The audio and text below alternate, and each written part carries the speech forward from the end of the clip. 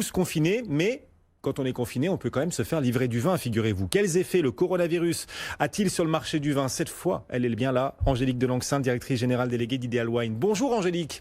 Bonjour Guillaume. La situation, on le sait, est extrêmement délicate pour de nombreux acteurs économiques et aussi pour le monde du vin. Le terrain, rien ne vaut le terrain. Quels échos recevez-vous du vignoble actuellement, Angélique? Alors je vous le confirme Guillaume, les vignerons traversent une période très difficile. Déjà, sur le plan commercial, la mise à l'arrêt complète du secteur de l'hôtellerie et de la restauration a eu des conséquences immédiates sur leurs ventes et leur trésorerie. Ajoutez à cela l'annulation des salons qui, pour nombre d'entre eux, représentent la possibilité de présenter leur nouveau millésime, de vendre une grosse partie de leur production via ce canal.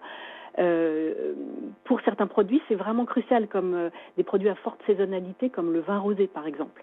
Alors je tiens à saluer de la part de notre équipe tous les vignerons qui sont partenaires, car chez Ideal Wine, nous jouons vraiment la carte de la solidarité en poursuivant nos achats auprès des domaines, et ce, en dépit d'une situation qui est plus qu'incertaine pour l'avenir de notre activité. Vous dites situation plus qu'incertaine pour l'avenir de votre activité. On est dans le e-commerce. Le e-commerce est quand même relativement protégé actuellement, voire favorisé, non, par le confinement. Les gens se font livrer.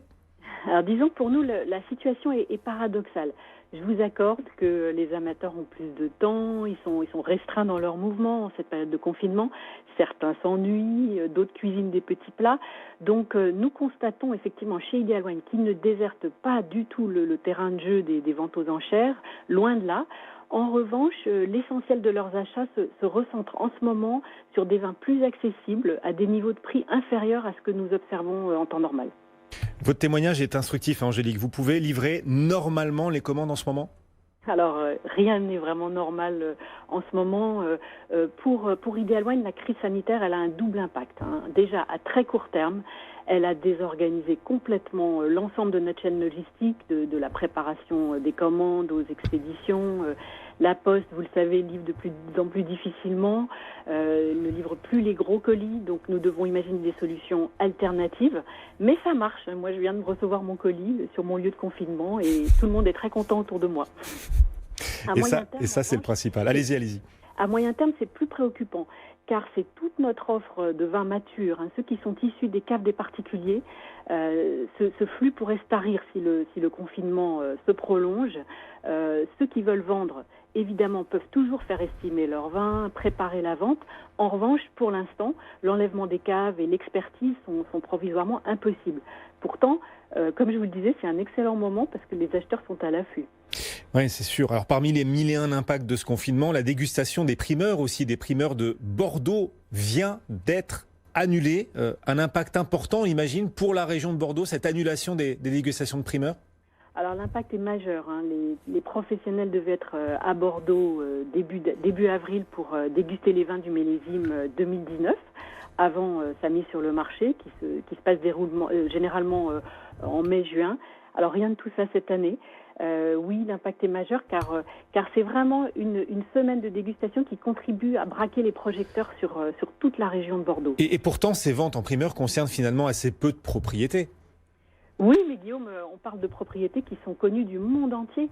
Alors ça concerne environ 400 signatures qui vendent leur vin en primeur, ce qui leur permet d'assurer leur trésorerie jusqu'à la fin de l'élevage des vins. Mais en fait, au-delà de ça, l'impact est beaucoup plus large, car c'est toute l'image de Bordeaux qui va en subir les conséquences. Pour une raison simple, c'est qu'il ne va pas être donné d'indication sur le niveau qualitatif du millésime. Certes, mais ces dégustations de primeurs pourraient être reportées de quelques semaines, par exemple, Angélique. Alors c'est pas si simple parce qu'en temps normal, vous avez des milliers de professionnels qui affluent à Bordeaux pour déguster et évaluer ce millésime. Donc un report est envisageable, mais forcément à une échelle réduite. Les Européens pourraient répondre présent, avec quand même un bémol sur les Anglais qui sont en plein Brexit.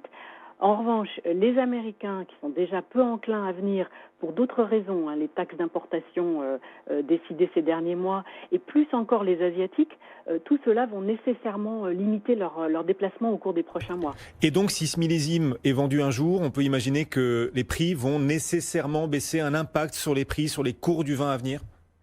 La récession économique qui se profile à l'échelle mondiale, elle va nécessairement créer des facteurs exogènes qui ne seront pas favorables à la vente de ce millésime, ça c'est certain. Mais ce qui compte dans l'immédiat, c'est vraiment que les propriétés communiquent de façon solidaire, regroupée, qu'elles prennent très clairement position à l'égard du marché et qu'elles annoncent ce qu'elles prévoient pour la commercialisation des vins de ce millésime. Car le risque, au-delà même de la question du prix, c'est que les acheteurs passent leur tour et ressentent leurs achats sur d'autres régions. Pendant qu'on se confine, les masses d'air circulent encore, les masses d'air atmosphériques. Il n'y a pas que le coronavirus que doivent affronter les professionnels du vin. Les vignerons doivent aussi affronter en ce moment une météo délicate avec des risques de gel. Comment va le vignoble en ce tout début de mois d'avril, un moment toujours extrêmement sensible dans la vigne ? Alors ces dernières nuits ont effectivement donné quelques grosses inquiétudes aux vignerons. Il a gelé un peu à Chablis. On a vu les viticulteurs allumer des feux dans nombre de régions, en Bourgogne bien sûr, mais aussi dans la Loire et même à Bordeaux où il neigeait il y a quelques jours. Et c'est grave pour la vigne à ce stade ? Alors la vigne, elle a débuté sa phase de débourrage, c'est-à-dire que les bourgeons commencent à éclore.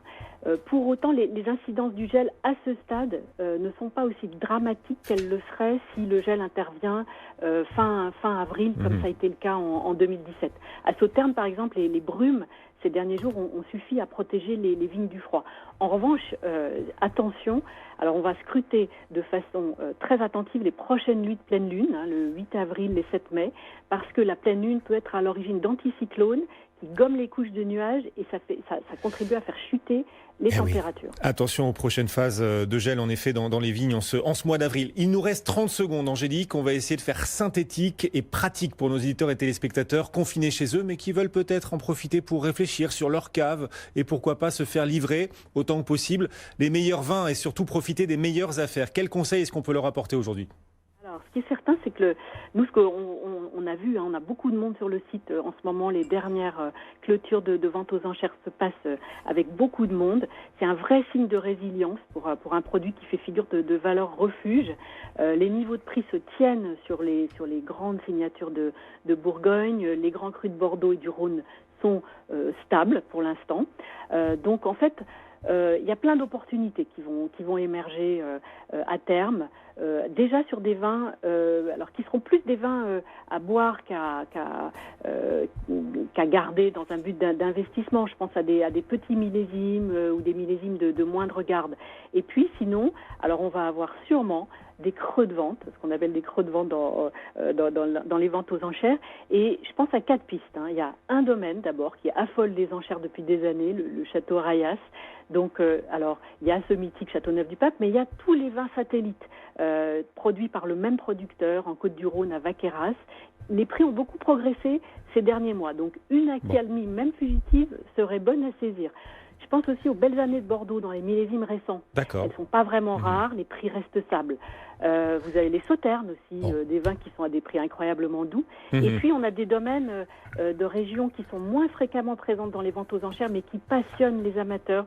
La Loire, le Languedoc, le Beaujolais, vous avez plein de noms qu'on va retrouver.